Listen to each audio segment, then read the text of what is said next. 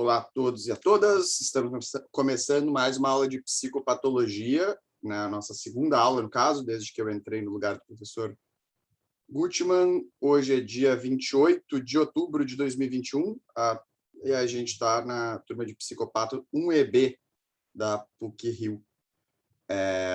Bom, vou compartilhar aqui o nosso roteiro da nossa aula de hoje, para a gente poder se organizar, né, e otimizar melhor o tempo. Então, a pauta, deixa eu botar só em outra cor aqui, nada contra o rosa, só para ficar mais visível. Pauta de hoje. A primeira coisa que eu vou fazer, recapitular sobre G1. Então, vou botar lá prazos, dinâmica,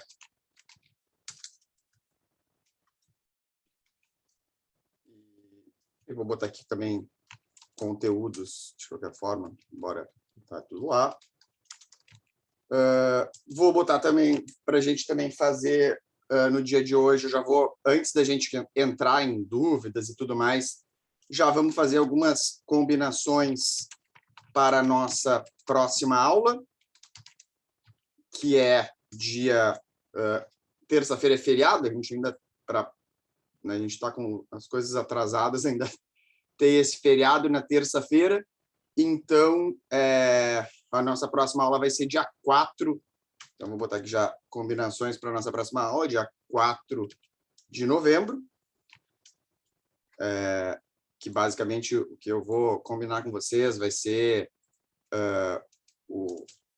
começamos às 9h15, que senão eu sempre vou me atrasar, mas geralmente eu deixo a sala aberta, que nem eu fiz hoje, vocês vão entrando, se quiserem já conversar, fiquem à vontade, e a gente vai até umas 10 e... Deixa eu só fazer o cálculo aqui para ficar parecido com a da outra turma. A gente vai até umas 10h40, tá? Aí a gente desconta o tempo que geralmente vai ter o vídeo para vocês poderem ver, um tempo antes, um tempo depois, para vocês conseguirem também se organizar. Até pode ser 10h30, que é mais prático, mais redondo.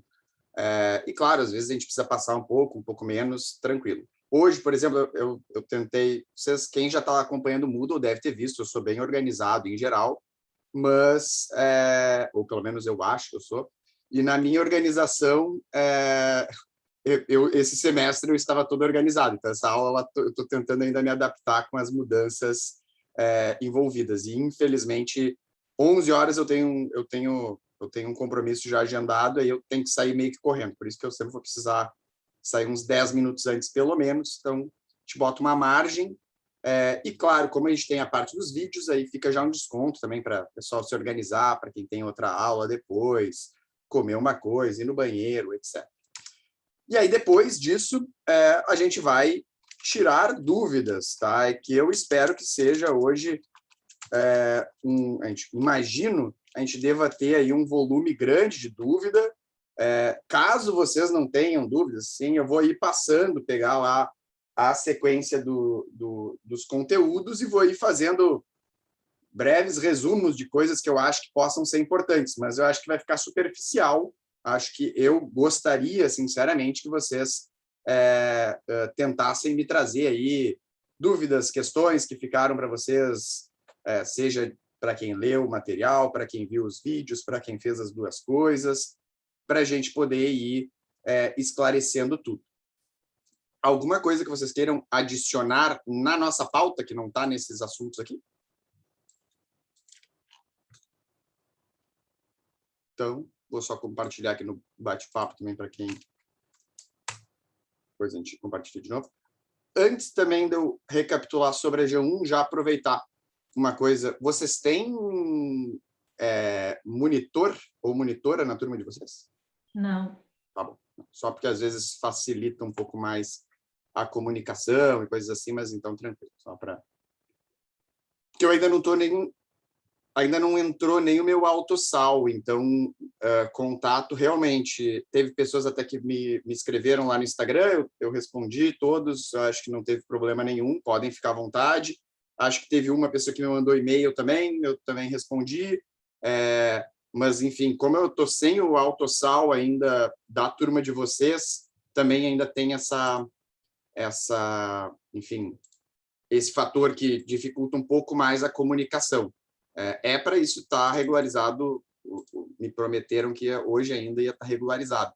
Mas, de toda forma, fiquem à vontade para usar os diferentes canais, sempre podem usar, mas até eu mesmo, para comunicar vocês, por enquanto, só através do Moodle, na conta do professor Landeira, que é o que eu estou usando por enquanto. Bom, vamos recapitular a G1, tá? Então, eu vou até compartilhar aqui com vocês a tela. Deixa eu só entrar aqui na coisinha do Landeira. Eu ainda não postei todos, agora de tarde eu termino de postar o que falta, tá? Só um pouquinho que eu tentei sair. Os vídeos você colocou todo, né, Breno? O que falta são as questões, né? Exatamente. Não, vídeo aquele ali é o conteúdo que a gente vai fazer na G1, tá? Depois aí a gente, claro, terminada a G1, aí depois eu vou explicar, a gente vai entrar na G2, aí eu vou incrementar, a gente vai ter outros materiais, aí também espero a gente possa trabalhar as atividades não avaliativas, né, que agora a gente está um pouco correndo atrás do tempo, mas eu já botei todos os vídeos e botei 3 atividades, então até vou compartilhar aqui. Vocês, não sei se vocês veem exatamente, agora já devem estar vendo a minha tela, vocês veem, deixa eu ver se eu consigo mudar o papel só aqui.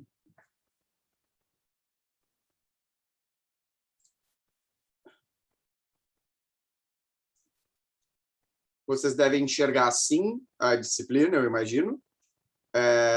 E eu não sei por que ele não ficou com a fotinho de 2 dos negócios, mas, enfim, temos aí cada uma. Aqui eu estou botando, aqui está o link da aula, né, para vocês, que é esse encontro recorrente.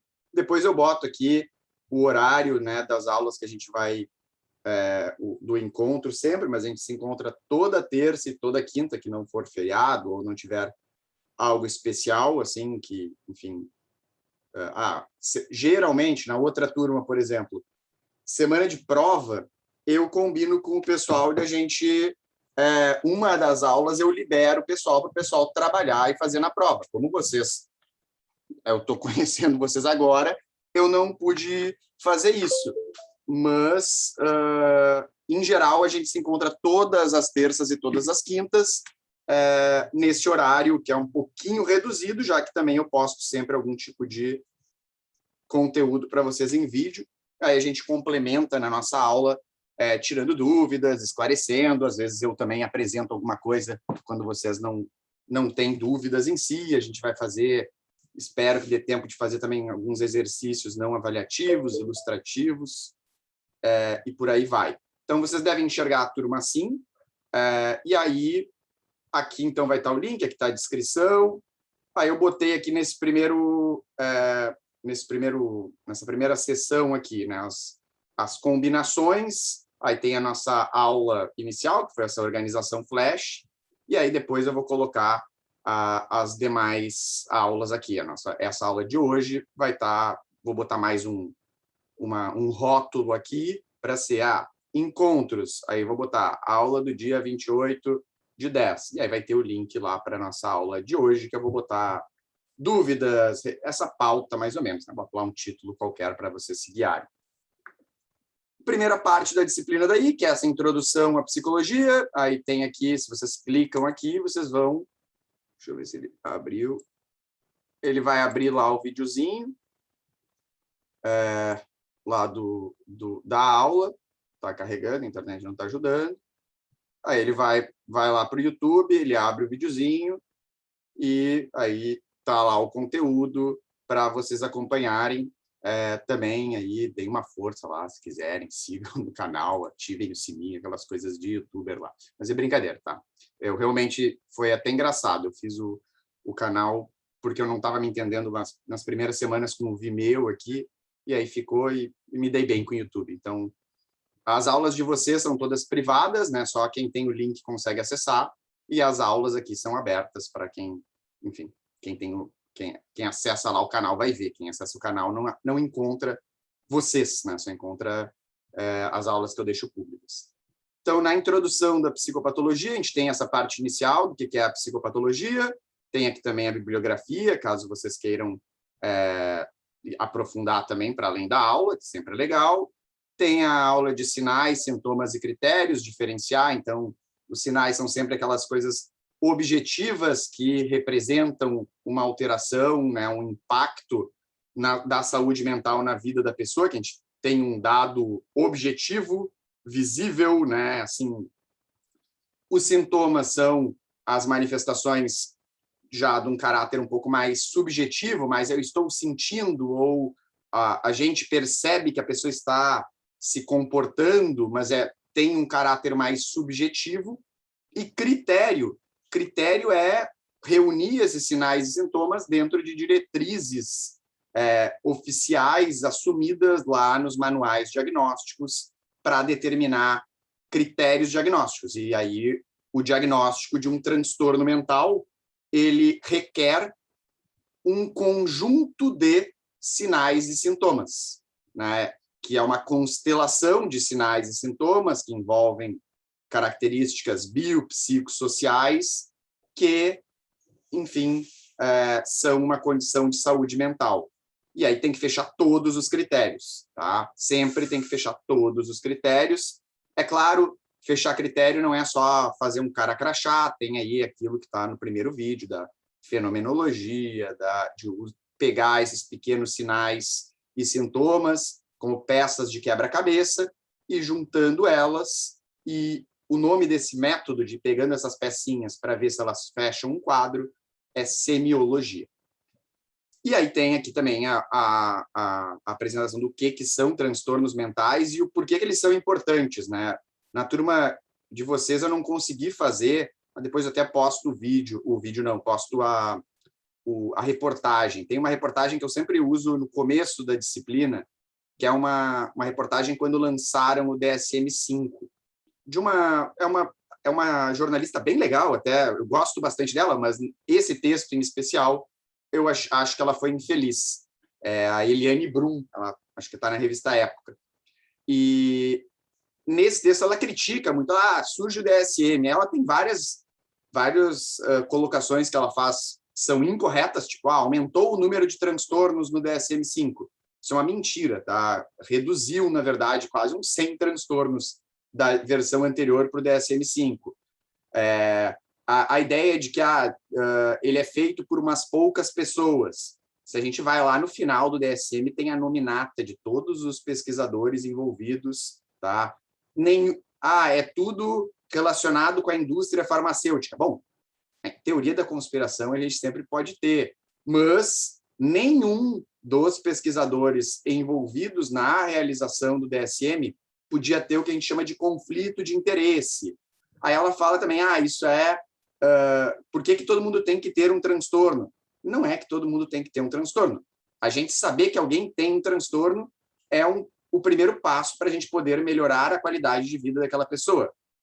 Eu ter algo e eu não saber o que eu tenho fica muito pior, né?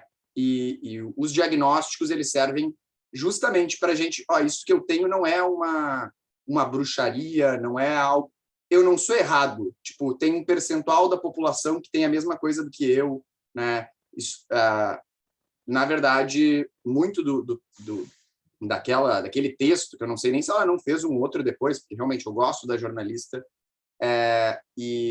mas achei muito infeliz aquele texto em especial. Claro, ele é antigo, mas talvez ela até tenha feito depois um outro, mudando um pouco esse panorama. Mas, enfim, o vídeo é para tentar explicar o que são os transtornos mentais e por que eles são importantes, tá? Por que eles são importantes. Eu não queria perder tempo com vocês, quero abrir para dúvidas, mas só para mostrar uma vez que eu sei um diagnóstico, a gente agora, na pandemia, nesses tempos atuais, a gente escuta muito em tratamento baseado em evidências. E o que é um tratamento baseado em evidências em saúde mental? É eu reconhecer o quadro e escolher dentro do arsenal de técnicas e terapêuticas da saúde e da ciência, enfim, qual é a melhor evidência de resultado terapêutico que vai tratar mais rápido, mais barato e por completo. E aí vocês vão dizer, mas como é que eu determino isso? Claro, a gente tem linhas teóricas, tem visões diferentes do ser humano, e aí por aí vai.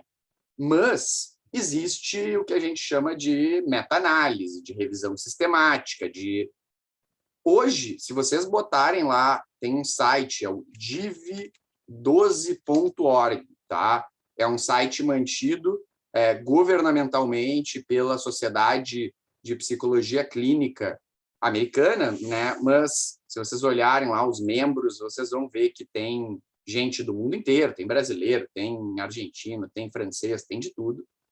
E o que eles fazem? É em inglês o site, que coisa, dá para botar aqui, para a gente clica com o botão direito, traduzir para o português, se ficar ruim, ele traduz.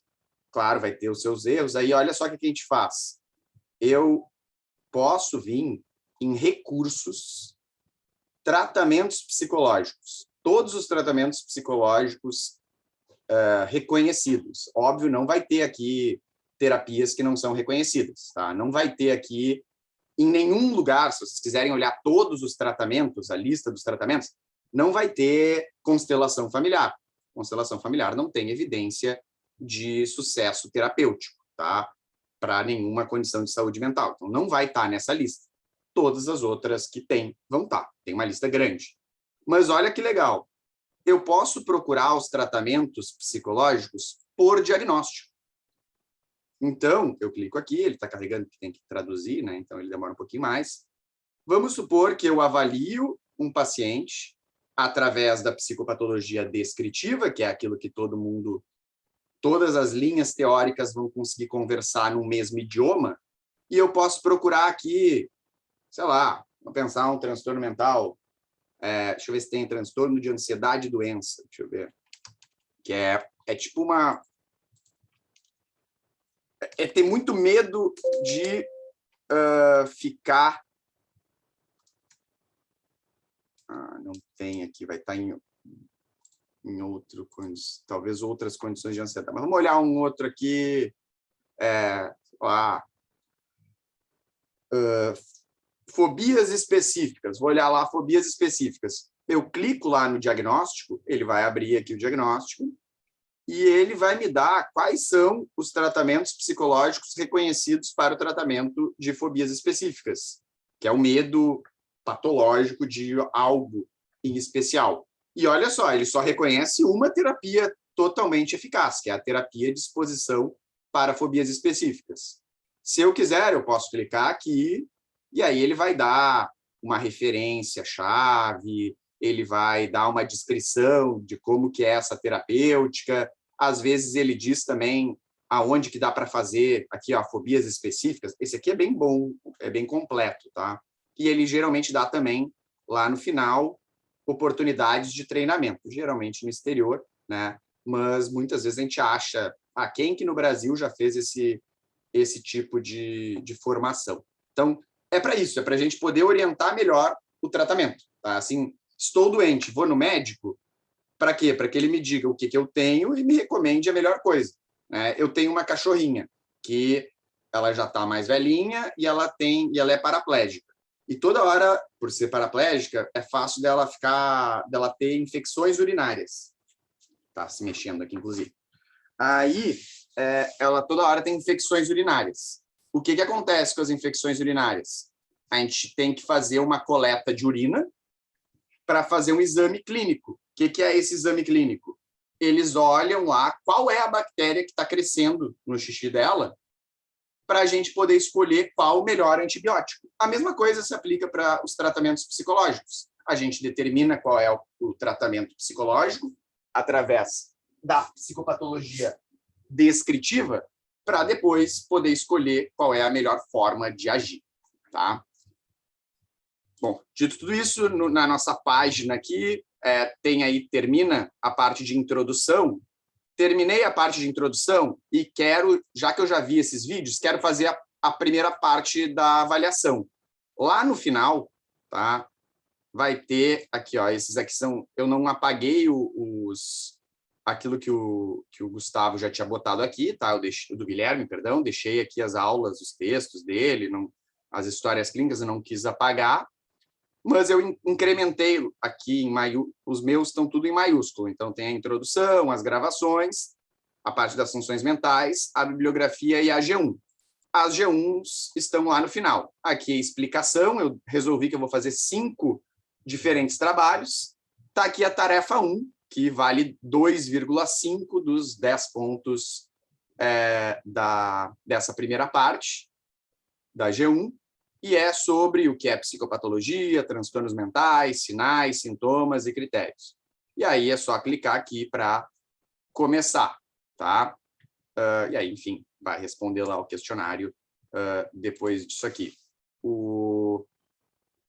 Então, aqui tem aqui já a tarefa 1, a tarefa 2, a tarefa 3, a 4 é assim que eu boto hoje de tarde, sem falta para vocês. Lembrando que todas elas, aí eu estendi, tá? O prazo máximo vai até às 11 horas de domingo, dia 31/10, agora. São 5 atividades, elas têm aqui os pesos diferentes, e podem consultar o que quiser, se quiserem se reunir para fazer juntos, fiquem à vontade. Claro, eles não têm a mesma ordem sempre, então vai ter o sorteio lá da ordem, então não sei se vai ajudar tanto assim, mas pesa isso. Algo importante, caso a turma tenha um desempenho geral, um desvio padrão abaixo da outra turma, que eu tenho como referência, que eu estou acompanhando, tá? Então, tem que ver lá a média da turma, acho que foi 8, alguma coisa. Aí, se vocês tiverem um desvio padrão abaixo, que eu vou ter que calcular, não sei o desvio padrão lá agora, aí o que eu vou fazer? Eu vou pegar a melhor pessoa da turma, vou transformar ela automaticamente em nota 10, e aí eu vou fazer uma regra de 3 para todos os demais, tá? Com a nota total do G1, não para cada tarefa.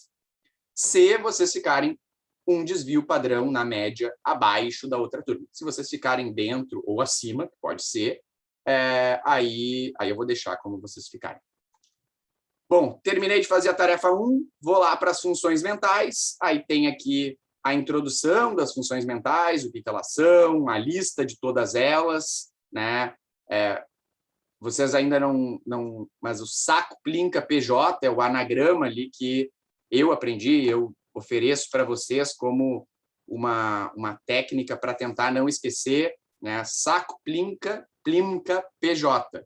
Senso, percepção, atenção, consciência, orientação, pensamento, linguagem, inteligência, memória, conduta, afeto, psicomotricidade e juízo crítico, tá? Eu sei que alguns deles vocês viram com alguns nomes um pouquinho diferentes, eu até botei na medida do possível lá, eu tentava indicar assim, vocês viram o afeto como afetividade, a conduta como atitude, tentava sinalizar para vocês na medida do possível também, sempre, mas nada que não esteja contemplado, tá?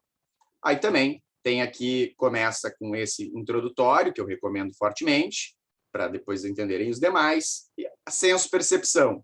A senso-percepção tem um trabalho que é só sobre ela, então, de repente já vou fazer, ou vou ver os outros vídeos antes, aí fica a critério de vocês, tá? Sinceramente, eu acho que é legal de ver um pouco mais. A introdução talvez valha a pena fazer depois de ver a introdução só, mas esses outros eu acho que talvez valha a pena ver os demais vídeos. Mas aí fica a critério de vocês como acharem melhor. Aí tem esse outro que junta mais funções, junta a atenção, a consciência, a orientação, a inteligência e memória. Ele tem um peso um pouquinho maior. A conduta ou atitude, como vocês tinham visto, que o peso tem um pouquinho maior. E o afeto também, que ele tem uma relevância grande na avaliação, também tem um peso um pouquinho maior.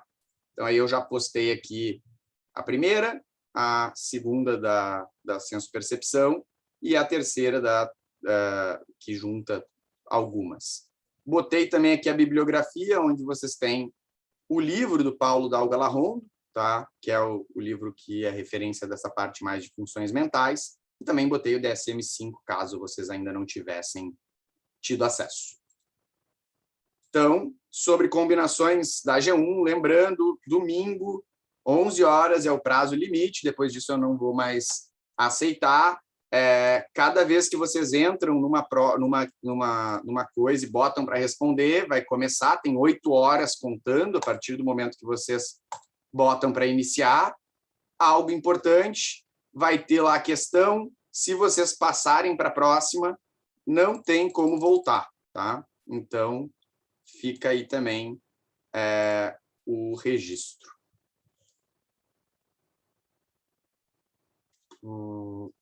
Enfim, vai ser embaralhado, né? Então, se 2 pessoas abrirem, não necessariamente a primeira questão vai ser a mesma para as 2 pessoas. Ô, Breno. Oi. Posso fazer uma pergunta rapidíssima? Eu queria perguntar só para você, porque uma hora travou para mim, você falou que era melhor o primeiro vídeo, a introdução, ver ele fazer, e o resto não importa tanto? Não, os 3 primeiros, eu recomendo que vocês vejam os 3 primeiros, e a primeira tarefa é sobre eles, assim. Então, e eu acho que não tem muita contaminação de conteúdo. Para os demais, a senso-percepção, talvez dê para fazer só a senso-percepção, mas os outros eu acho que vale a pena ver todos os outros vídeos para depois fazer os trabalhos, porque, enfim, algumas questões vão começar a referir sobre coisas, por exemplo, vai confundir um pouco, vai pedir para vocês diferenciarem uma alteração do que é orientação ou inteligência, memória ou inteligência, o que é memória e o que é inteligência. Tipo, a pessoa, ela cresceu, estudou, fez tudo na vida, mas ela subitamente não consegue mais lembrar, enfim, um livro que ela leu ontem. E aí começam a chamar ela de burro. E aí ele acha que ele tem um problema de inteligência. Isso é inteligência ou é memória? Tudo indica que é memória, porque ele teve todo o desenvolvimento, a inteligência cresceu e tal, e subitamente ele não começou a lembrar de algo. Isso não é inteligência. Mas, enfim, aí pode ter essas misturas, mas a senso-percepção não. A senso-percepção ela é mais isolada, então essa daria para fazer tranquila, e os 3 primeiros também. Tá bom, obrigada. Nada. Da avaliação da G1, recapitulei, então, aqui, os conteúdos são aqueles, deixa eu só ver aqui, os prazos, então, domingo, 11 horas, todos eles, tá? Então, se quiserem fazer fora da ordem, enfim, aí fiquem à vontade, não tem... A dinâmica são todos ali tarefas. Tem algumas que são 3 questões, mas aí uma que não se peguem muito no número de questões, tá? Porque, por exemplo, a da senso-percepção tem 3 questões, mas uma dessas questões ela é de ficar arrastando um monte de coisinha, ela é mais longa do que outras questões. Já o trabalho 3, eu acho, ele tem, acho que 14 questões, mas várias são de verdadeiro ou falso, são questões mais rápidas em geral. Então, o número de questões ele não é um tão bom panorama assim. Na média, tá? Eu acho que cada uma das atividades leva ali em torno de 10 a 30 minutos se a pessoa for revisando bastante, tá? Assim, claro, sabendo o conteúdo, não fazendo totalmente do zero, tipo, enfim, pode ser que demore mais, mas pegando o tempo médio, eu acho que cada atividade vai levar entre aí uns 10 e 30 minutos para fazer, tá? Então, e os conteúdos são aqueles ali que já estão indicados. Dúvidas da G1? Hoje de tarde posto os outros 2 trabalhos já para vocês, as outras 2 tarefas para vocês. Beleza. Já vamos combinar a nossa próxima aula. Então, nossa próxima aula vai ser no dia 4/11, tá? Para a nossa próxima aula, a minha expectativa? Eu vou, para a gente não perder muito tempo, tá? Porque a gente vai ter 5 trabalhos. Então, eu vou gravar para vocês uma correção desses trabalhos e vou deixar disponível, caso vocês queiram ver, eu respondendo os trabalhos, na nossa próxima aula. Vou abrir um tempo no começo, a gente vai começar às 9h15, vou abrir um tempinho para vocês tirarem dúvidas eventuais que vocês tiverem das tarefas, tá? Mas não vou fazer toda a correção da tarefa para a gente não perder tempo nisso, senão vai a aula inteira. E vou já postar mais um vídeo, que vai ser o nosso próximo conteúdo, para a gente tentar começar a andar as coisas num ritmo natural, tá? Então, façam a prova no domingo, aí a semana que vem vai começar. Aí, não deu, estou cansado, cheio de coisa. Lá na quinta-feira, 8h30, de repente, pega, assiste o videozinho, vai chegar atrasado um pouco, de repente assiste na velocidade 2, e aí a gente vai fazer a nossa primeira aula, que eu vou começar tirando dúvidas que sobrarem da avaliação e dando tempo, tá? Se forem muitas dúvidas, a gente vai ficar tirando dúvida a aula inteira, mas dando tempo, a gente vai entrar no próximo conteúdo, que vai ser senso, percepção, atenção, consciência, orientação, pensamento, tá? Que é uma função bem... Na verdade, não, eu vou botar uma menor. O pensamento é muito longo. Eu vou botar psicomotricidade para vocês, que é mais objetivo, tá? Não é tão confuso, não é nem confuso, eu digo, tem muito conteúdo para a gente poder tirar dúvidas e tentar já falar de psicomotricidade. E aí a gente vai até às 10h30 naquele formato, sobrou ali 10h30, dá para ver mais vídeo, dá para ver, conferir mais alguma coisa e tudo mais. Certo? O link é o mesmo. Dúvidas da nossa próxima aula? Vocês já vão estar com as notas postadas. Se vocês olharem lá, vai sair para vocês as notas, tá? Claro que cada atividade eu acho que está sobre 10. Vocês vão fazer lá, eu tirei 10. Vocês vão ter que fazer uma regra de 3 para ver o quanto que vocês tiraram. Tipo, eu tirei 9 na primeira. O que isso significa? Vai ter que fazer ali uma fórmula, mas se vocês acharem algo também muito estranho, me escrevam imediatamente, tá? Porque se a gente começar a demorar muito prazo, aí é um caos depois para corrigir isso no sistema, tá? Porque, enfim, pode ser que eu me atrapalhe. Espero que não. E também estou tentando ser o mais flexível possível. Espero que a gente não tenha nenhuma surpresa quanto a isso. Então, tá. Então, falamos da G1, falamos da nossa próxima aula, dia 4. A gente começa a aula 9h15, vai até às 10h30. Os nossos objetivos vão ser tirar dúvidas que tenham sobrado dessas atividades e também a gente poder já tentar entrar em psicomotricidade, vídeo que no domingo eu já libero para vocês. Não vou liberar agora para não causar confusão ali com vocês no sistema, tá? Se não temos dúvidas sobre essas coisas mais práticas, vamos lá. Quem já assistiu algo, ou alguns, ou todos os vídeos, dúvidas que vocês tiverem?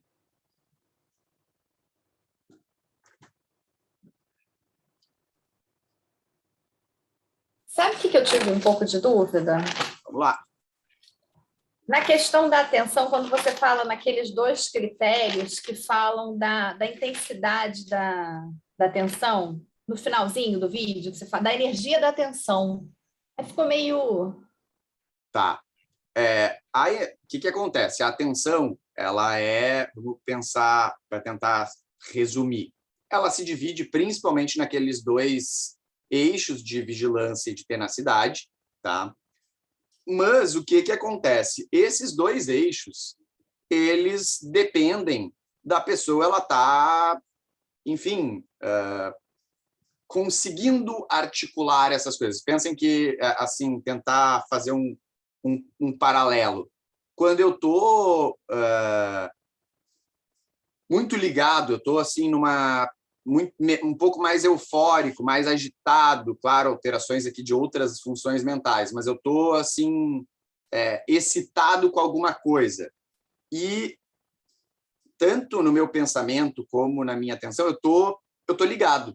e eu tô com energia para aquilo. Em geral, quando a gente está descansado, isso é o mais comum. Mas a gente vai ficando, à medida que a gente vai cansando, pode ser fisicamente ou mentalmente.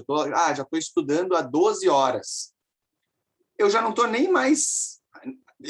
de certa forma, eu já estou tanto a minha vigilância como a minha tenacidade estão reduzidas, mas eu não estou hipovigil nem hipotenaz. Eu estou cansado mesmo. Aí a gente vai ter a hipoprosexia, essa redução da energia da atenção mesmo. Assim como, eu vou dar um exemplo bem clássico esse.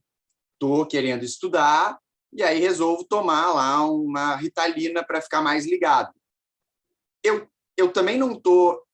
Pode até ser que eu fique hipertenaz ou hipervigil, mas o doping ideal, a pessoa ela fica com hiperprosexia. Ela fica normotenaz e normovigil, mas fica no seu ápice praticamente, tá?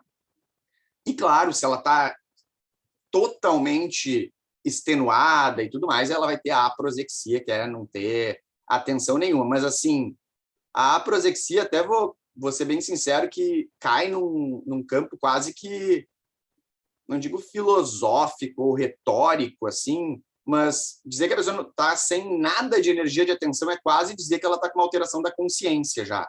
Então, mas seria para sinalizar assim, que é algo muito extremo, que vai além do... Porque, claro, estar cansado atencionalmente vai desde eu estar um pouco cansado até eu estar muito cansado.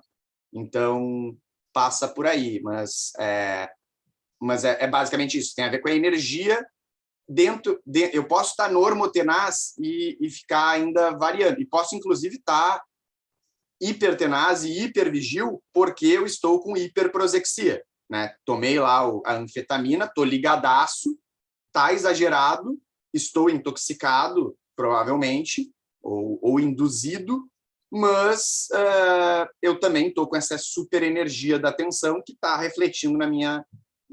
tanto na minha tenacidade quanto na minha vigilância. Tá? Nada que isso. Outras dúvidas, pessoal? Podem perguntar, não tem pergunta boba, não tem pergunta que não vale a pena. Tirem as dúvidas de vocês.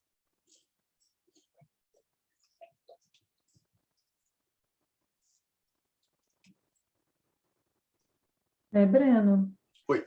na parte de transtornos mentais, tem uma fala sua que fala o seguinte, que todos os quadros têm algo em comum quando a gente está falando de CID, DSM, etc., né? E uma característica comum é que causa prejuízo à vida.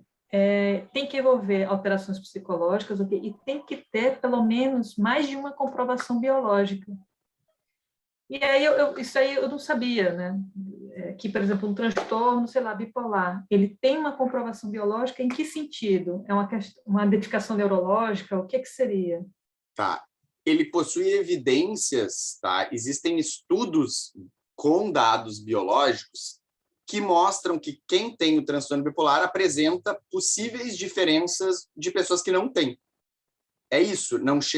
As alterações biológicas nos transtornos mentais, elas são múltiplas, não tem uma só, tá? Claro, existem aquelas que são mais fortes. Por exemplo, o transtorno bipolar, a gente já sabe que tem um gene específico chamado clock, que tem a ver com controlar o ritmo circadiano e justamente impactar lá em algumas alterações da consciência, que ele apresenta uma constituição específica em quem tem o transtorno bipolar, em geral, não é uma regra, mas a maior parte das pessoas que têm o transtorno bipolar tem essa alteração. Ele não é determinante, mas ele é um forte fator de risco. Ele é uma chance aumentada. E os transtornos mentais, todos eles, né, quando eles são biopsicossociais e a gente entende que todos eles possuem alterações biológicas por detrás.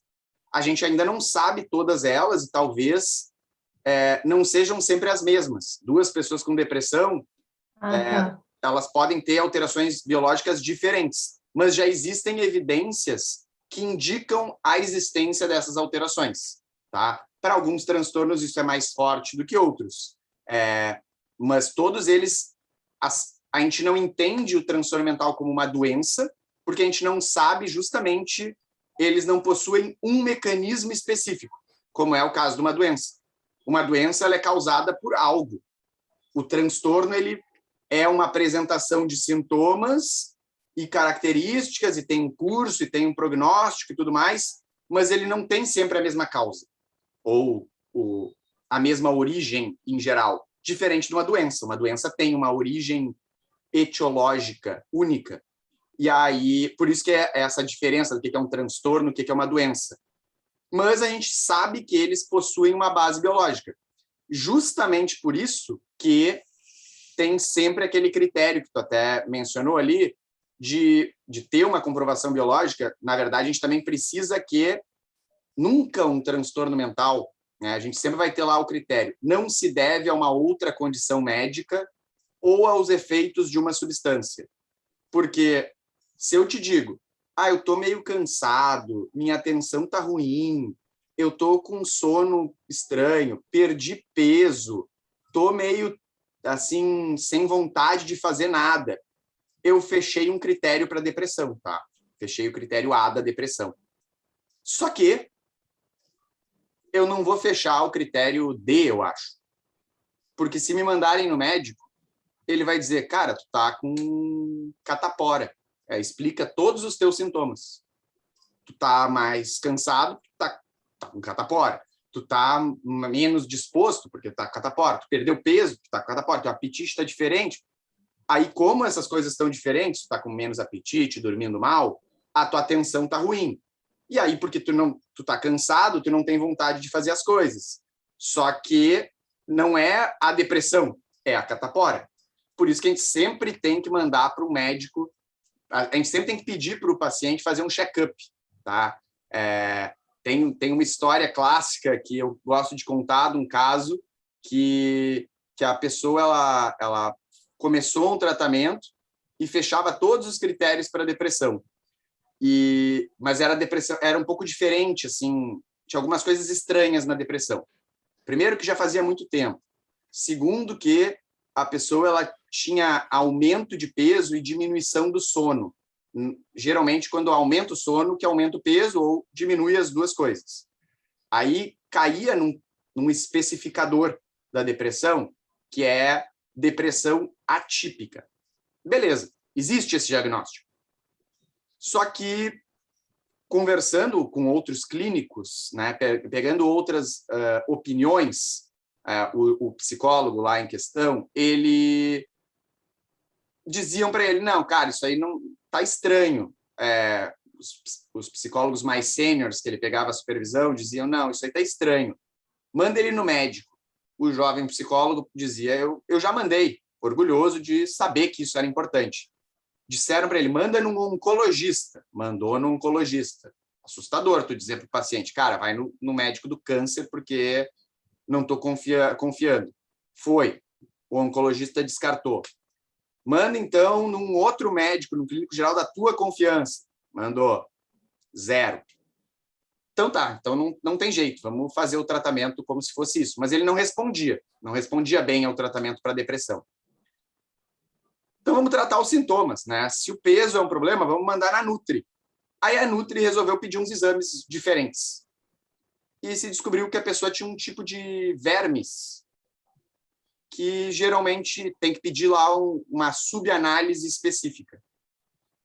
E aí ele tinha vermes, o que, curiosamente, fazia ele ter um aumento do apetite, redução do peso, alterava o sono, porque ele tem lá um parasita dentro dele, ele ficava mais cansado, menos disposto, perdia libido, aí ele ficava irritado, brigava com a esposa, enfim, explicava todos os sintomas. Ele não tinha depressão, ele tinha vermes. E então a gente sempre tem que se assegurar, assim como o uso de substâncias. A pessoa que bebe O álcool, ele, em geral, para sair totalmente, os efeitos que ele entra, ele até é expelido totalmente em 48 horas, mas o teu organismo ele fica se recuperando do álcool durante uma semana. Então, toda semana eu bebo só um dia na semana. E aí pode ser que, na verdade, o que tu está apresentando, e eu acho que é um transtorno mental, é só o teu corpo se recuperando do álcool. Porque aí cada corpo vai reagir de uma forma. E a gente vai ter que ver os efeitos de cada substância. A maconha, por exemplo, ela tem uma permanência no organismo de 30 dias. Ah, não, mas eu fumo pouco, eu fumo um baseado uma vez por mês. Mas eu não tenho como garantir que a tua depressão durante esse período não é justamente em função daquela única vez que tu fumou maconha. Ah, mas eu conheço uma outra pessoa que fuma muito mais e não tem problemas. Cada organismo é um organismo diferente, né? Por isso que a gente sempre vai ter sempre esse critério. Não se deve a uma outra condição médica, porque é uma condição médica, um transtorno mental, não é uma doença, mas é uma condição médica, e nem aos efeitos do uso de uma substância, porque uma substância pode induzir aquele quadro. Então, por que não pode ser devido aos efeitos de uma substância ou de uma outra condição médica? Porque o transtorno mental ele é uma condição médica, ele vai ter lá as suas manifestações neurobiológicas que vão refletir no comportamento e, então, no social, que podem ser causadas pelo social, impactar o psicológico e o biológico, mas a gente vai ter que descartar essas outras opções. Por isso que eu gosto de brincar que é como se fosse uma investigação. A gente tem que descartar todos os suspeitos e poder chegar no nosso diagnóstico mais firmemente.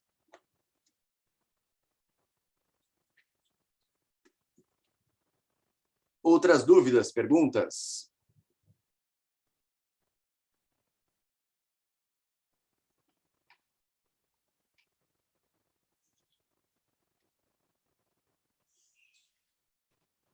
Não? Infelizmente, não consegui ver todos os vídeos. Era muita coisa. É bastante mesmo. É. Mas daquilo que vocês viram, podem ir perguntando, ou daquilo que vocês não viram, mas que vocês já têm alguma coisa de dúvida, podem ficar à vontade, que eu retomo também aqui. A gente tem ainda tempo. Posso fazer a pergunta? Breno. Eu não tenho a ver exatamente com a sua matéria, mas, por exemplo, aquelas terapias que, vamos botar assim, não são cientificamente, por exemplo, psicanálise, logoterapia, essas outras terapias são consideradas reconhecidas como funcionais para esse tipo de tratamento ou não? Para algumas condições, sim. Tá? A psicanálise tem evidências para algumas condições. Eu não sei se a cromoterapia, se eu entendi exatamente se era cromoterapia, mas existe, e nem se é a que eu estou falando, mas existe uma terapêutica de luzes que é bem reconhecida até para depressão e transtornos do sono, tá? Como uma alternativa terapêutica e eficaz, tá? Inclusive de escolha. Tem uma outra terapia que ela é meio estranha, o pessoal que é assim mais radical até olha meio, puxa, isso aí é uma pseudociência que deu certo, que é a EMDR, que é Eye Movement Desensitization, alguma coisa assim, que é uma terapia de massagem nos olhos e de ficar treinando o movimento dos olhos bem rápido, em um estado meio que dormindo. E essa técnica, essa terapêutica, ela tem resultados significativos, melhor do que várias outras terapêuticas para, por exemplo, transtorno do estresse pós-traumático. E dá certo. Claro que ela envolve um monte de outras questões, a gente não sabe exatamente quais são os efeitos colaterais a longo prazo, a gente não sabe qual é o caminho que ela percorre para poder fazer isso, não tem uma teoria por detrás, mas tem resultados, e aí é documentado. Claro que existem outros tratamentos compatíveis, né, ou equivalentes ao EMDR, mas é uma terapia de escolha. Então, a psicanálise é bastante reconhecida. O que não é, o que assim, eu sempre indico, e aí às vezes o pessoal até fica meio chateado, até os colegas, assim, quando a gente tem uma linha teórica, tá, que a gente gosta mais, e é natural na psicologia a gente ter uma linha teórica que a gente se identifica mais quando a gente vai para a clínica, isso é parte da natureza, é parte do fenômeno de estudar psicologia e tentar trabalhar na clínica. O delicado é eu tentar encaixar tudo na minha teoria. Eu tenho uma abordagem, mas eu sei que determinadas condições não se encaixam bem na minha abordagem ou no meu estilo de tratamento, né? E aí, enfim, isso é importante de levar em conta para eu não tratar um paciente que tem uma condição reconhecida com um kit de tratamento que eu acho que é o melhor de uma forma universal, tá? Assim, não quero fazer nenhum tipo de comentário relacionado com o que a gente vem vendo agora na saúde pública brasileira, em especial, mas se tem uma condição, o ideal sempre é a gente pesquisar e chegar num consenso de qual é o melhor tratamento para ela, de uma forma geral. Algumas pessoas vão responder a um tratamento diferente, tá? Mas essas pessoas são a exceção. A ciência ela tenta direcionar para nós termos linhas gerais de conduta. Linhas gerais sendo o padrão ouro, que é para ser a nossa primeira alternativa, um padrão secundário, terciário e por aí vai. E, enfim, é isso que a gente tenta fazer. Esse é um dos motivos da psicopatologia descritiva. Eu poder saber o que eu tenho é a melhor alternativa para eu poder determinar como que eu vou intervir naquele caso, né? Se eu tenho eu vejo que a minha parede está começando a ficar manchada. Imagino que eu tenho um vazamento. Em vez de eu quebrar a parede inteira para começar a trocar todo o meu encanamento imediatamente, eu vou tentar encontrar qual é a origem daquele vazamento para poder ir mais pontualmente naquele vazamento, né? Então, a lógica é mais ou menos essa também quando a gente fala em saúde mental. Mas sim, a psicanálise é reconhecida. Se vocês botarem naquele site, eu até vou botar ele de novo aqui no bate-papo para vocês, o div12.org, e forem lá nos recursos, deixa eu ver, recursos, né, resources, e tratamentos psicológicos, e forem em tratamentos psicológicos, vai ter lá toda a lista de terapias e de práticas, enfim, que são reconhecidas pelo menos para alguma condição. É claro que tá lá não quer dizer que é reconhecido para tudo, inclusive várias são bem pontuais, são para uma coisa específica, mas temos bastante coisa. Lá só tem, claro, terapias psicológicas, né? Não tem a indicação médica de qual é o remédio padrão ouro para tal condição. Mas claro que algumas condições o padrão ouro de tratamento é medicamentoso. Também isso é relevante da gente saber. No caso, esquizofrenia. Já me aconteceu. Chegou lá um caso, o cara tem esquizofrenia. Mas olha só, eu tenho X para investir no meu tratamento, meu diagnóstico é esquizofrenia, eu já sei disso e tudo mais, mas eu tenho X para investir nisso. E antes eu tomei medicação, mas a medicação ela dá muito efeito colateral, e eu escolhi, então, que eu vou tentar fazer terapia e não vou investir no medicamento. Eu falei, cara, vou te avaliar e se de fato tu tiver esquizofrenia, na minha avaliação, porque isso é importante, não é porque chega um documento dizendo tem isso que eu tenho que acreditar. As pessoas erram o diagnóstico também, tá? Elas não sabem, muitas vezes, fazer uma avaliação adequada. E aí eu vou avaliar e chegar numa conclusão. E se a pessoa tiver esquizofrenia, eu vou dizer, cara, tu tem que estar medicado. Eu não posso nem tentar fazer algum tipo de terapêutica contigo se tu não estiver medicado, porque a tua condição, a primeira coisa é medicamento. Se tu quer investir, só pode investir numa coisa, no teu caso vai ser tratamento. Já a fobia específica vai ser terapia. Depressão leve vai ser terapia. Depressão moderada, o ideal é que seja combinado, grave é que seja combinado, mas se tiver que escolher, começa no medicamento, depois passa para terapia. Enfim, aí cada uma vai ter a sua dinâmica. E lembrando, não é porque tem um estudo que mostra que dá certo que quer dizer que aquela coisa ela é consenso, né? Mas eu li um trabalho sobre terapias florais e bulimia nervosa. E era um estudo enfim, eu não sei se existe isso aí, tá? Mas era um estudo bom, com detalhes, dados e tal, uma amostra boa. Legal, esse estudo ele atendeu bastante coisa, mas não basta um estudo. Para ser reconhecido, tem que ter uma série de estudos, tem que ter uma meta-análise, tem que ser feito em diferentes centros, e aí vai ser reconhecido. Por isso que também essas terapias mais antigas, em geral, elas têm mais evidências. Por quê? Porque elas já foram feitas em muito lugar do mundo, já foram testadas várias vezes, e então já tem como a gente documentar melhor. Coisas mais novas, propus a terapia do Breno. Funciona, é legal, fiz um estudo bacana. Eu vou ter que convencer um cara lá na Oceania a fazer, um cara na Ásia a fazer, e eu não vou poder ganhar dinheiro em troca disso, porque também eu só quero que... Vamos vender, isso aqui dá certo.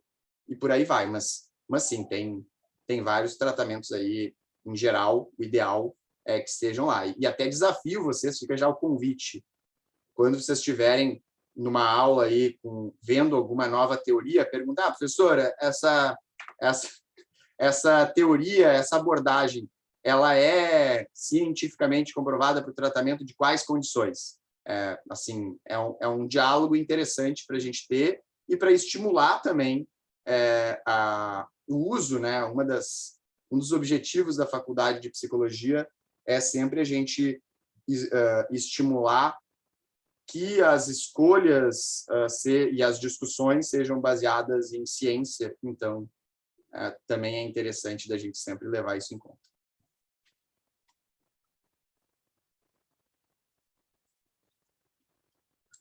Breno? Oi.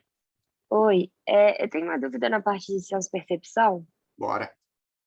Não sei se é muito importante, mas a diferença entre anestesia e analgesia, as duas são perda de dor, né? Envolvem a perda de dor. Não, já errei. Não, as duas envolvem a perda de dor, mas termina o teu raciocínio, depois eu detalho. Tá, eu ia perguntar se a diferença entre, sei lá, o nível de consciência que a pessoa tá, não sei se... Eu sei que é sobre senso-percepção, tá? Mas queria saber exatamente a diferença. Tá. A consciência pode interferir, tá? Mas não é uma regra. Analgesia e anestesia. A anestesia é parar de sentir aquele órgão, aquela parte, tá? Enfim, aquela coisa. Então, a anestesia quando a gente vê, né, filme ou pessoas, não estou sentindo as minhas pernas.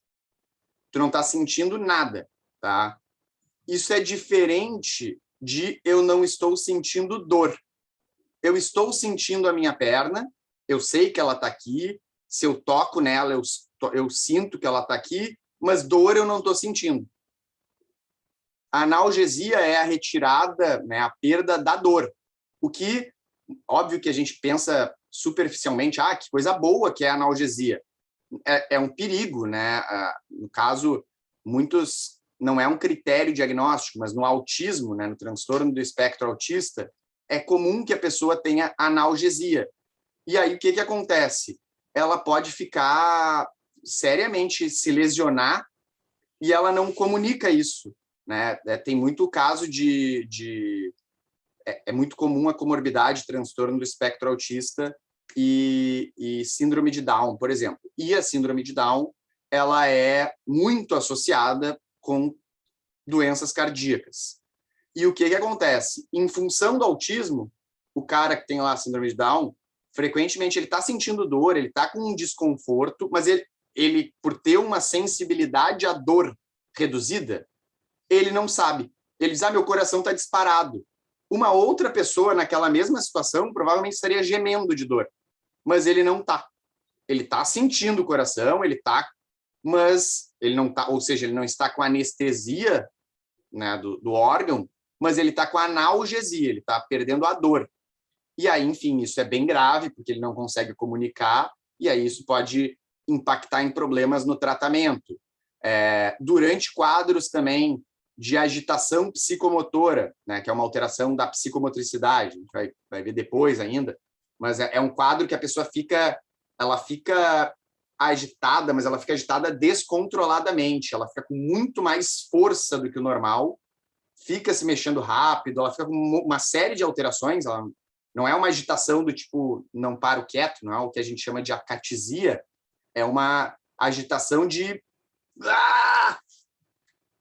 É comum a pessoa ter analgesia, e a pessoa pode quebrar o braço e ela vai continuar se batendo a perna, enfim, se lesionar e vai continuar se batendo, tentando fugir, tentando correr, porque ela perde a sensibilidade à dor. A diferença, e a anestesia perde a sensibilidade do órgão. É muito comum que, né, quem tem anestesia também tenha analgesia, mas não é obrigatório que essas duas coisas andem juntas. Entendi, obrigada. Nada. E, só complementando, é comum que tenha relação com alterações da consciência, né? Mas não é uma regra. Então, é comum que a pessoa, quem está em obnubilação, pode começar a ter algum tipo de analgesia, ou pelo menos uma redução da sensibilidade à dor, ou num quadro de também estupor, a pessoa pode parar de sentir, perplexidade é comum de parar de ter, né, de ter analgesia, mas não é uma regra também. Mas pode, assim, as funções mentais elas se relacionam muito, muito intimamente. Então, é comum de acontecer a alteração de uma e da outra, mas não é obrigatoriamente uma regra. Até vou dizer que, no caso da analgesia, a psicomotricidade, em geral, é a que mais anda colada com essa parte da dor e do sentir as coisas, tá? Mas claro que todas envolvem todas, assim como a inteligência, a pessoa não sabe nomear o que ela está sentindo, porque ela não associa a lógica. Pode ter relação, mas não é uma regra. Tá bom, beleza, obrigada. Nada. Outras dúvidas?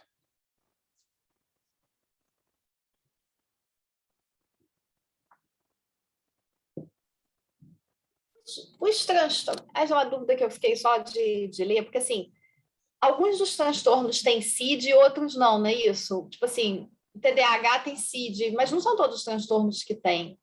Praticamente todos têm. O que acontece? A CID é a Classificação Internacional de Doenças e o DSM é o Manual Diagnóstico e Estatístico dos Transtornos Mentais. A CID ela é editada pela OMS e o DSM pela Associação de Psicologia e de Psiquiatria Americana. O que acontece? Por serem duas edições separadas, e a CID ela se preocupa de uma forma geral com as condições de saúde, tá? Então, ela não atualiza. Na verdade, a CID é mais lenta para atualizar, porque ela tem que atualizar tudo. Ela não vai atualizar uma única. Mudou. Tivemos uma revolução na cardiologia. A CID ela não necessariamente vai mandar. Talvez a cardiologia é muito importante, ela faça uma coisa, mas apareceu uma nova condição. Dificilmente eles vão criar algo assim. Vão reconhecer, vão mencionar e tal, mas não vão criar um novo. Vão fazer CID 11, 12, 13. E o DSM, ele também é uma edição, quando surge uma coisa nova, ele não se atualiza todo necessariamente por um ponto. Em geral, eles tentam...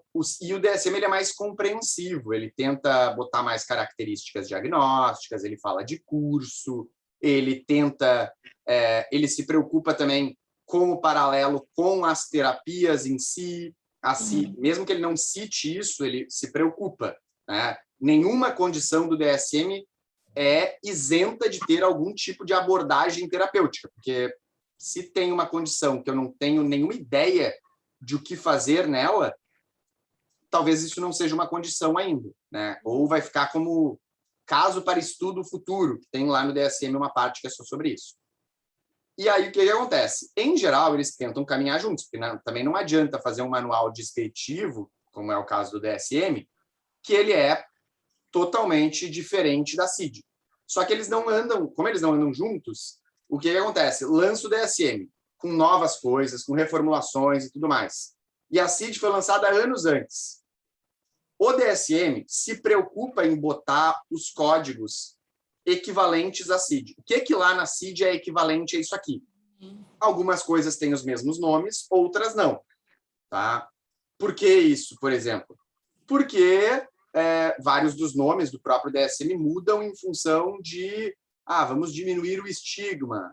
Ou, por exemplo, existe um CID para síndrome de Asperger e outro CID para transtorno, para autismo. No DSM-5, é tudo transtorno do espectro autista.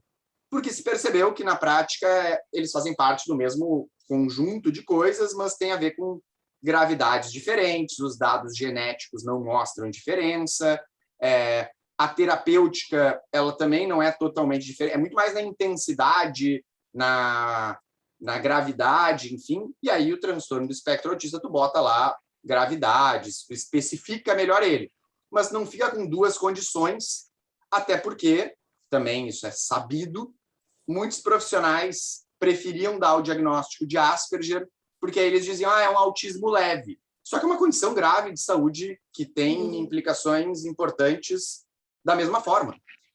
E aí não adianta, para um outro cara dizer, isso aí é autismo. Aí a família, não, beleza, vamos pegar junto.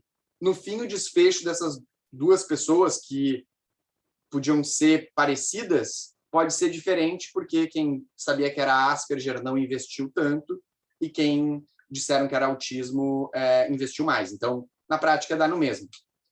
Aí, eles, no DSM-5, apagou, não existe mais a Asperger. Aí, o que acontece? Só que a CID ela não veio a nova atualização, então ela continua lá com esses dois CIDs. No DSM, ele vai botar os dois, vai botar lá, qual é o CID equivalente? É esse aqui, do transtorno do espectro autista, ou, eventualmente, esse outro.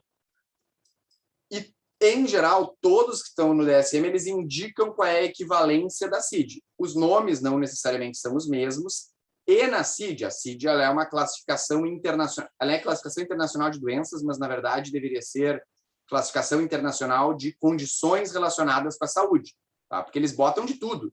Na CID tem, por exemplo, agora na CID 11, que vai ser lançado, estão prometendo há 1 milhão de anos, vai ter um código para indicar, não sei qual é o termo correto, mas velhice, tá? Aí o pessoal ficou, enfim, tem gente que fica lá brigando e tal. Vamos tentar entender qual é a lógica disso. A pessoa que tem uma certa idade, ela precisa, muitas vezes, de suplementação, cada vez a população fica mais idosa, então temos suplementação, temos fisioterapia, temos intervenções, temos os próprios tratamentos estéticos, eles são feitos e dão certo. Assim, não é por acaso que cada vez a gente vive mais. E aí, qual é a importância de ter um código para isso? Para eu poder propor, por exemplo, uma intervenção direcionada para a terceira idade, ou, não é o meu caso, mas um tratamento farmacológico para evitar o envelhecimento, que seja, ou retardar, né, no caso, eu preciso ter um código, porque senão nenhuma agência diz, qual é a condição que tu está querendo investir? Eles não reconhecem. A mesma coisa o burnout. Burnout não é um transtorno mental. Por que não é um transtorno mental? Porque lá a explicação do burnout é um quadro que, em função do trabalho, apresenta sintomas que podem ser relacionados com humor, com ansiedade, com irritação. Na prática, tu pega uma pessoa que tem burnout e tu faz lá o diagnóstico, o burnout ele não se diferencia, ele não tem validade diferencial para outros quadros. Ele não tem uma origem biológica, não tem uma. Tu pega lá uma pessoa com burnout, ou ela vai acabar sendo diagnosticada com depressão, ou com transtorno de estresse pós-traumático, ou com ansiedade social, ou com transtorno de ansiedade generalizada. Mas é claro, na hora lá da classificação internacional de doenças, é bom dizer, cara, o problema é o trabalho, tira ela do trabalho, isso é o mais rápido de se fazer, por isso que existe o código. Mas todos que estão no DSM, a princípio, eles têm um código equivalente. Alguns eles são mais amplos, porque, enfim, quando o DSM saiu, não tinha ainda a CID. E vai sair a CID nova, e a CID nova provavelmente vai ter condições que ainda não estão no DSM. Tipo, vai entrar o transtorno de dependência por jogos online, tá? Aí, esse não está no DSM, tá lá como estudos futuros, mas ele não está reconhecido. Vai entrar, acho que vai entrar também a de uso de telefone, de internet ou de telefone celular. Também não está no DSM atualmente. Isso tudo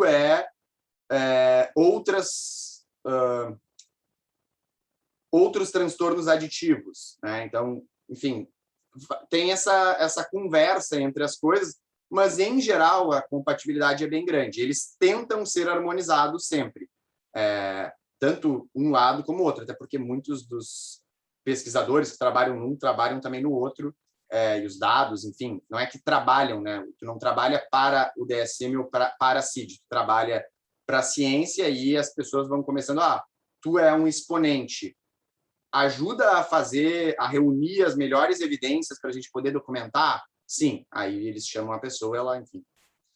Mas é nessa linha. Então, em princípio, tudo que está num também está no outro, às vezes não exatamente com o mesmo nome, seja porque o nome mudou para reduzir o estigma, ou porque ele foi extinto, ou porque se entendeu que o nome melhor era de uma outra forma.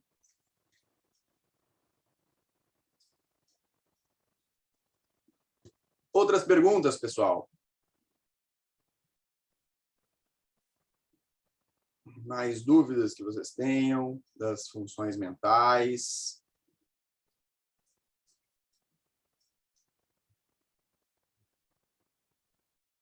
Vou falar do afeto aqui, aproveitar um pouco, então, se vocês não tiverem dúvidas, me parem se vocês tiverem, tá? Ou da afetividade, como vocês viram, que eu acho que eu sei que talvez vocês ainda não tenham chegado lá, mas por ser uma das atividades separadas, e então eu acho e por ser realmente uma das funções que mais tem, não digo relevância, mas ela tem, ela é muito importante. Por que ela é muito importante? Porque estatisticamente uma das coisas que mais levam as pessoas para fazer buscar ajuda psicológica é em função de alterações no campo do afeto. Então, eu acho que é legal da gente...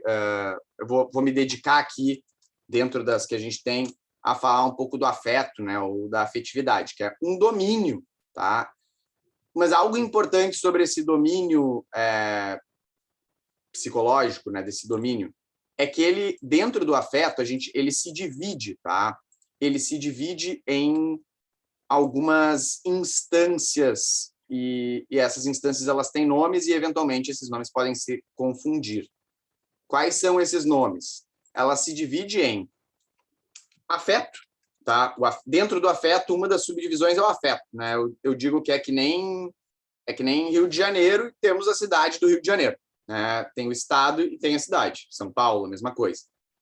Algo que é curioso é que o afeto não é, se fosse um país, o afeto aqui não é a capital, ele não é a coisa mais importante. O afeto ele diz respeito ao que? A forma como a afetividade, como emoções, né, a emocionalidade é expressa e as emoções vivenciadas. O que isso quer dizer? O afeto ele é a expressão direta, a pessoa está chorando, ela está triste, isso é afeto, tá? A pessoa ela está mudando de emoção, enfim, de estado afetivo muito rápido. Isso é afeto, é habilidade o nome dessa alteração. Ela parece uma criancinha, assim, em termos, tudo ofende ela de um jeito que parece meio infantil. É a puerilidade, tá? Ela está, enfim, assustada, está demonstrando medo. Só que o demonstrar, né, o ter a emoção, é algo que, em geral, vai durar ali um tempo e passa. Por pior que seja a emoção, por mais intensa que seja, ela vai embora depois que tu sai ali, que passa, ela vai ter o quê? Uma duração no máximo, se for pensando em exposição contínua de 4, 5 horas. E ela vai embora e a pessoa vai... Claro que muitas vezes isso vai afetar o dia da pessoa e tudo mais, mas não é... Ela, em geral, ela não tende a ser constante e eterna. Assim, eterna, eu digo, com uma duração tão prolongada. Entretanto, uma outra instância dentro desse afeto é o que a gente chama de humor. E o humor, ele é um estado de ânimo. É a tendência emocional da pessoa, tá? Ele é contínuo. Eu vou dizer que contínuo ele dura alguns dias e ele é uma direção. O meu humor ele não muda do dia para a noite, assim. Ele, claro, pode ir mudando, mas vai mudando aos pouquinhos. Ele é um estado de ânimo de uma forma geral. Estou numa semana boa, estou em dias bons. Aos poucos eu vou ficando mais murchinho. Isso é o humor, e cada um de nós vai ter as suas tendências. A gente vai oscilar naturalmente. Isso é em função de predisposições, é em função de nutrição, da saúde geral, do clima que a gente tiver, das atividades que a gente está fazendo. E, em geral, tá, o humor ele se divide aí, para desenhar aqui, porque o humor é bem importante, ele se divide em faixas. Tá? Tem uma faixa que é a faixa típica do humor, que é o que a gente chama de eutimia. Dentro dessa faixa típica, o normal é que a pessoa... Eu posso ficar triste, eu posso ficar feliz, mas eu vou ficar oscilando aqui. Às vezes mais ainda, outras vezes menos. Meu time ganhou, meu adversário vai ser rebaixado, o time que eu não gosto perdeu, mas eu estou dentro dessa faixa. Tá? Isso aqui é o que a gente chama de eutimia. Eutimia, é humor eutímico. Agora, eventualmente, pode acontecer da pessoa ela ficar lá com um humor mais reduzido, tendo mais uma predisposição maior a ter choro, tristeza, melancolia, falta de energia, expressar mais emoções tristes ou não ter alegria. Isso aqui não quer dizer que ela não vá... aconteceu algo legal. Ela vai dar risada, ela vai expressar alegria, mas ela, em geral, vai apresentar o que a gente chama de humor deprimido, tá? Que não quer dizer que ela tem depressão. A gente está falando de alteração do quadro. Temos ainda aquelas pessoas que vão ficar mais eufóricas, agitadas, enfim, muito explosivas, irritadas, que é um quadro que a gente vai dizer que é humor elevado, tá?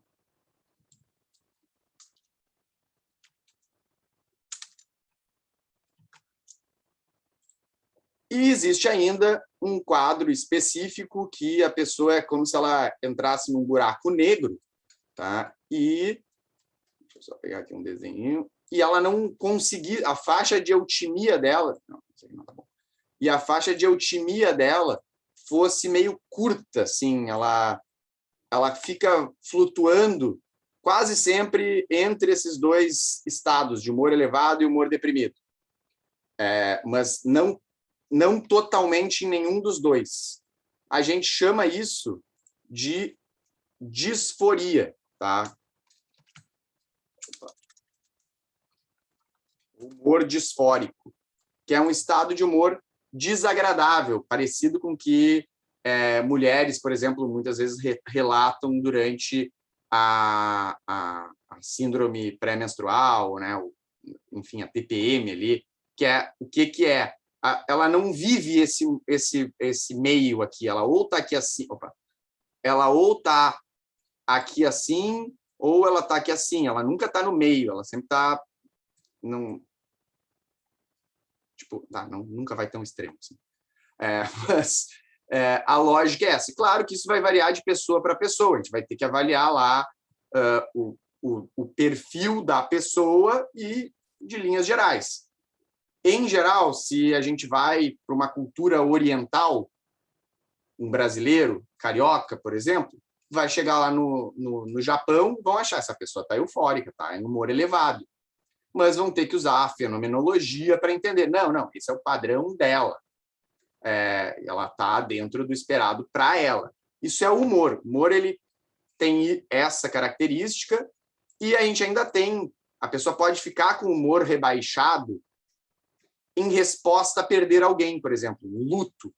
E aí isso não é entendido como humor deprimido. Isso é entendido como luto. Tá? Que é, claro, esperado que uma hora passe, não é esperado que dure para sempre, por longos períodos. E se a pessoa tem aí uma tendência, uma emocionalidade específica, tipo ansiedade, ela está sempre... Tudo é meio que... Está nervosa, assim, tudo é muito... A gente pode nomear como humor ansioso também, tá? E o humor ele é mais constante, ele dura um tempo maior, geralmente 1 semana, 2 semanas, que é um período no qual a pessoa ela fica com uma tendência maior a expressar as emoções e viver as emoções tal qual aquele estado, no humor elevado, mais eufórico, mais explosivo, mais raivoso, mais irritado, com mais energia. No humor deprimido, com menos prazer, com anedonia, com tristeza, não irritado, mas com irritabilidade, que é aquele coisa chata, isso aqui, saco isso aqui, né? Não é o com raiva, mas o irritável, né? E então a gente tem aqui o humor, que é essa coisa mais constante. Mas dentro do afeto ainda temos o que a gente chama de sentimentos. O sentimento ele é a relação emocional estabelecida com coisas, pessoas, situações. Como assim? O que eu sinto pela minha mãe? Eu amo a minha mãe. Ótimo, eu amo a minha mãe. Mas eu não fico sentindo não é que nem a alegria, eu não fico sentindo esse amor o tempo todo. Ele está lá numa intensidade presente, sempre estável. Eventualmente, quando eu estou com ela, coisa assim, nossa, como eu gosto dela, ou, embora às vezes possa ficar irritado com ela, eu mantenho uma relação, um sentimento de ligação com algo. Pode ser de uma fobia, por exemplo, quando eu tenho medo daquela coisa, né? Um medo específico de algo, que a gente chama de fobia daí. Eu tenho um nojo de algo, mas pode ser tanto a emoção nojo como de algo em especial, de uma situação, de algo. Eu tenho ciúmes. Claro que pode ter um momento que o sentimento ele se torna um afeto, mas o que ele existe já, aquela coisa que fica constante, né? A brasinha só que fica lá é o sentimento, que é essa relação com algo. E, por fim, a gente vai ter também o que a gente chama de paixão, que é a paixão mesmo, que aí é um sentimento intenso que fica presente, mas, em geral, ela dura um período de tempo e depois ela passa, né? A gente não tem longos e longos períodos de paixão. Aí os estudos indicam que, no máximo, dura 6 meses o que a gente chamaria de paixão, que é um sentimento que não é só a brasinha, ele está sempre numa chama e ele interfere na nossa atenção, nos nossos pensamentos e por aí vai. Então, cuidado, tá? Dentro do afeto, a gente tem essas expressões todas, dentro aí algumas coisas em especial, né? Para além do demonstrar emoções, que aí são as emoções básicas, dentro do afeto, outras coisas importantes que eu acho que vale a pena destacar para vocês. A gente tem a labilidade, que é oscilar a emoção brusca e rapidamente. A gente tem a anedonia, que é a incapacidade de sentir prazer. A pessoa perde o prazer pelas coisas.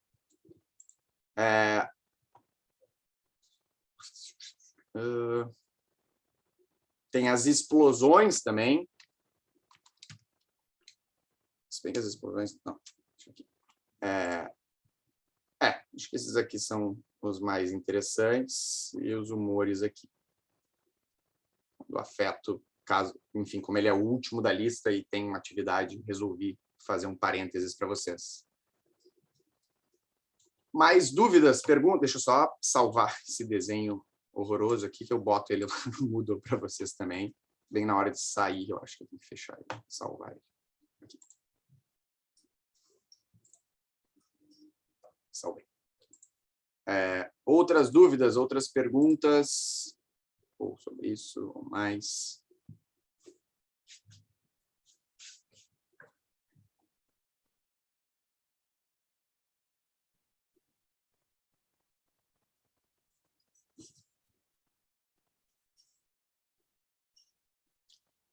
Não?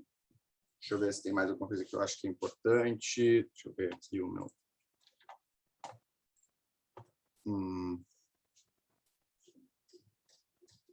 Vocês tinham falado também que a inteligência, vocês tinham visto pouca coisa. A inteligência, ela basicamente ela tem a ver com o nível de inteligência que a gente percebe na pessoa que a gente está conversando. A inteligência ela pode ser avaliada, ela é avaliada, na verdade, tanto pela nossa observação clínica, ou seja, eu estou conversando com alguém. A gente estabelece clinicamente, essa pessoa, para o esperado, ela é inteligente ou não? Ela está na média, está acima, está abaixo? E, enfim, a gente vai poder fazer, tem que fazer esse exercício, e essa observação clínica, ela é uma visão, a gente vai ter que nomear pela observação clínica. Mas a inteligência também pode ser avaliada através de testes psicométricos estabelecidos, e aí é uma avaliação formal. Não obrigatoriamente quem faz a avaliação formal observa clinicamente, e muitas vezes quem observa clinicamente não faz a avaliação formal. Eu raramente faço a avaliação formal com os meus pacientes, faço quando eu acho que tem uma alteração. Quando clinicamente eu observo que acho que está abaixo da média, aí eu peço uma avaliação. Ou acho que está acima da média, isso pode ser interessante, peço uma avaliação. Ou quando é limítrofe, está ali na fronteira entre o abaixo da média e o na média, peço uma avaliação também, se eu acho que isso pode ser importante. Ou, enfim, também quando eu tenho algum diferencial para fazer, a pessoa estou na dúvida entre autismo e deficiência intelectual. Bom, primeira coisa, eu vou checar a inteligência. Mesmo que conversando eu não acho que seja um problema, uma alteração, não seja um problema, mas enfim. E então, e aí ela vai ficar, tem essas apresentações. Abaixo da média, na média, acima da média, tem ainda o limítrofe, mas nem se apeguem muito a isso. Sempre é importante indicar o método de investigação. Então, inteligência clinicamente observada abaixo da média, se eu só estou falando com ele. Ou fiz um teste, inteligência formalmente observada abaixo da média. Ele vai botar lá a pontuação também. Mas, se eu não avaliei clinicamente, vou botar. Mas requer avaliação clínica. Ou, se eu não avaliei formalmente, mas requer avaliação formal. Tá? Outra coisa também, que essa eu acho que eu não tive oportunidade de pontuar muito fortemente com vocês, mas vou começar já a aproveitar para fazer, sempre se preocupem também, vocês já estavam mexendo na súmula, né, fazendo o exame do estado mental, pelo visto, eventualmente. Sempre se preocupem também em saber qual é o nome adequado para dizer quando não tem alteração, quando o funcionamento está como esperado. Porque nem sempre é sem alteração. Tá? No caso da atenção, por exemplo, não é sem alteração da atenção, é normovigil e normotenaz. No caso da consciência, a gente vai dizer lá, desperto, lúcido e vigil. No caso da inteligência, vai ser inteligência clinicamente, ou inteligência na média lá. No caso da orientação, é orientado, não é só orientado também, senão fica, como assim? Orientado autopsiquicamente e alopsiquicamente. Então, às vezes é sem alteração, mas é importante também saber, porque senão fica uma coisa meio... existem esses termos, tá? Eu sei que é muito termo, é coisa nova, mas assim, quando a gente não usa eles, aí parece que a gente está falando, tu já olha diferente, assim, tá usando uma terminologia que... Se não sabe a terminologia, eu já não sei se soube avaliar adequadamente. Então, passa por aí também. Tá? Mais dúvidas, mais perguntas, pessoal? Então, sempre se preocupem também em saber, em documentar como que é o nome quando não tem alteração, quando o funcionamento está típico.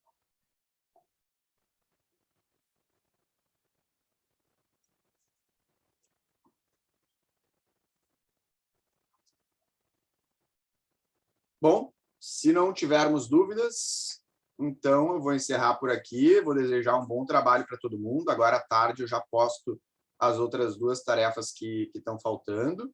Vou também, agora durante o dia, eu posto já o vídeo aqui dessa aula, para quem não pôde acompanhar ou quem quiser revisar alguma coisa.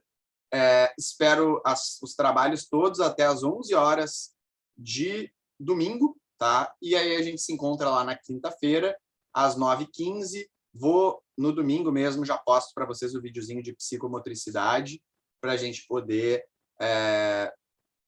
e tento postar antes também de quinta, vou postar antes de quinta também, a correção da prova para vocês. Obrigada, Breno. Nada, foi um prazer, Obrigada, pessoal. Qualquer Breno. coisa Foi também me ótimo. escrevam. Obrigada, foi ótimo. Obrigada mesmo. Tchau, tchau, até mais. Obrigada, Tchau, Breno. tchau.